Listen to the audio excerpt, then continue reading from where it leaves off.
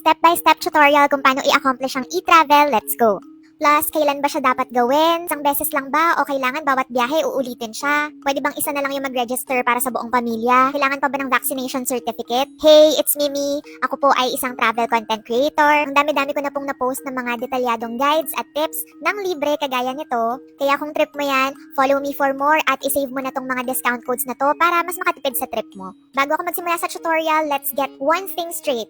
Kailangan po ng e-travel bago lumabas at pumasok ng bansa. Kung hindi po yan hinanap sa inyo, that only means na pag-scan itong passport nyo, nakita na yung record nyo ng e-travel ng IO. So gawa tayo ng e-travel ngayon kasi aalis kami ng kapatid ko. Download nyo po muna ang eGov.ph na app kung wala pa kayo. Ito po siya. Mag-login kung may account na kayo and create an account kung wala pa. Pagka-login nyo, click travel. Ito po ang lalabas. So kung may mga biyahe na po kayo before, lalabas dyan sa ilalim sa travel history. Ang e-travel registration ay kailangan natin gawin bawat labas at pasok ng Pilipinas. Ibig sabihin po nito kung kayo ay nakapag-register na dati katulad nitong mga records ko sa baba, kailangan nyo ulit siyang i-register kung aalis ulit kayo or uuwi ulit kayo ng Pilipinas. Bakit? Bakit pa ulit-ulit? Actually, ang mga details lang naman po na i-fill out nyo ulit ay yung mga nagbabago. Meaning, ito yung anong date ang pag-alis nyo ng Pinas or ang pag-uwi nyo, anong airline. So, bagong biyahe, click New Travel Declaration. Kalagay po dyan, you can only register within 72 hours bago ang arrival or departure nyo sa Pinas. Bale, starting ng 72 hours bago ang biyahe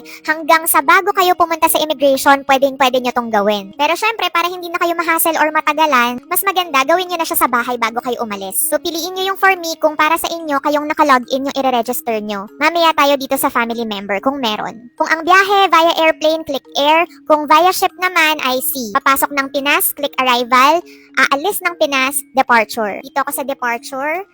And then, ito yung lalabas. Click nyo lang yung purpose of travel nyo. Pwede rin kayong OFW, pwedeng for training, and for us, holiday, pleasure, or vacation kung tourism. Aircraft passenger, tapos select nyo lang yung airline nyo, and then put the flight number. These details, airport of origin, drop down, click nyo lang kung saang terminal.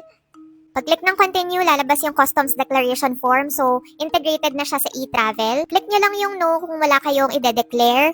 And then, sign nyo lang siya kahit using your fingers and then next. So, ito na yung part na pwede kayong mag-add ng family member. Kung mag-isa lang naman kayo, just click next. Pero kung gusto nyo, kayo na rin yung mag-register para sa family members ninyo sa account nyo, click add family member. Click nyo lang yung yes. And then, ang default na ilalagay ng e-travel app pagkabukas nyo dito sa page na to, yung address nyo, maa-apply na rin dun sa family member nyo. Ngayon, kung hindi naman kayo same ng residence, i-edit nyo na lang yung record nila. Sa occupation, may option dyan na student or minor. Kunwari, nire-register nyo yung anak nyo or pinsan nyo. Ilalagay nyo kung ano yung relationship niya sa inyo. So, you can see here dito sa options, hanggang second degree ng family nyo lang yung pwede.